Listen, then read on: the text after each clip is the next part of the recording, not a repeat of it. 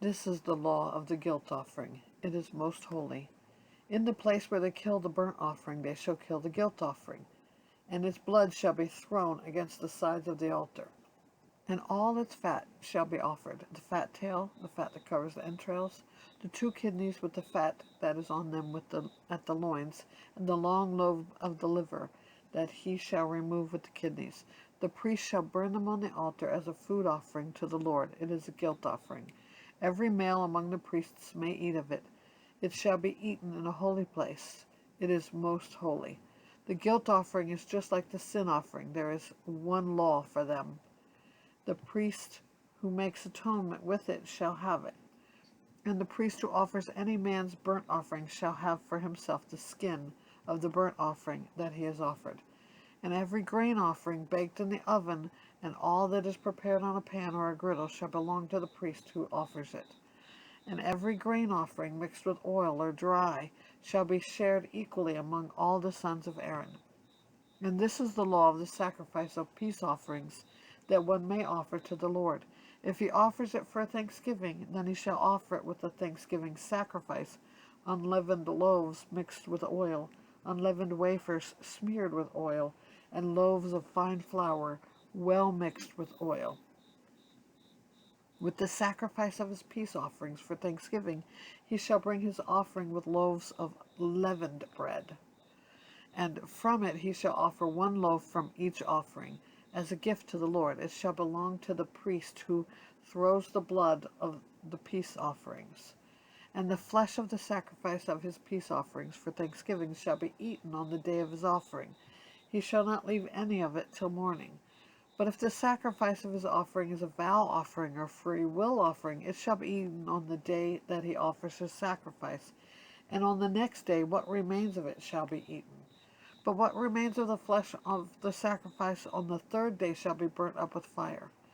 If any of the flesh of the sacrifice of his peace offering is eaten on the 3rd day, he who offers it shall not be accepted, neither shall it be credited to him. It is tainted, and he who eats of it shall bear his iniquity. Flesh that touches any unclean thing shall not be eaten.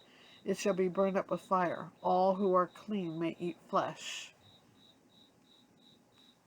But the person who eats of the flesh of the sacrifice of the Lord's peace offerings while an uncleanness is on him, that person shall be cut off from his people. If anyone touches an unclean thing, whether human uncleanness or an unclean beast or any unclean detestable creature, and then eats some flesh from the sacrifice of the Lord's peace offerings, that person shall be cut off from his people. The Lord spoke to Moses, saying, Speak to the people of Israel, saying, You shall eat no fat of ox or sheep or goat, the fat of an animal that dies of itself, and the fat of one that is torn by beasts may be put to any other use, but on no account shall you eat it. For every person who eats of the fat of an animal, of which a food offering may be made to the Lord, shall be cut off from his people. Moreover, you shall eat no blood, whatever, whether of fowl or of animal, in any of your dwelling places. Whoever eats any blood, that person shall be cut off from his people. The Lord spoke to Moses, saying, Speak to the people of Israel, saying, Whoever offers a sacrifice of his peace offerings to the Lord shall bring his offering to the Lord from the sacrifice of his peace offerings. His own hand shall bring the Lord's food offerings. He shall bring the fat with the breast, and that the breast may be waved as a wave offering before the Lord. The priest shall burn the fat on the altar, but the breast shall be for Aaron and his sons. And the right thigh you shall give to the priest as a contribution from the sacrifice of your peace offerings. Whoever among the sons of Aaron offers the blood of peace offerings and the fat shall have the right thigh for a portion. For the breast that is waved and the thigh that is contributed I have taken from the people of Israel out of the sacrifice of their peace offerings, and have given them to Aaron the priest and his sons as a perpetual due from the people of Israel. This is the portion of Aaron and his sons from the Lord's food offerings, from the day they were presented to serve as priests of the Lord. The Lord commanded this to be given them by the people of Israel from the day that he anointed them. It is a perpetual due throughout their generations.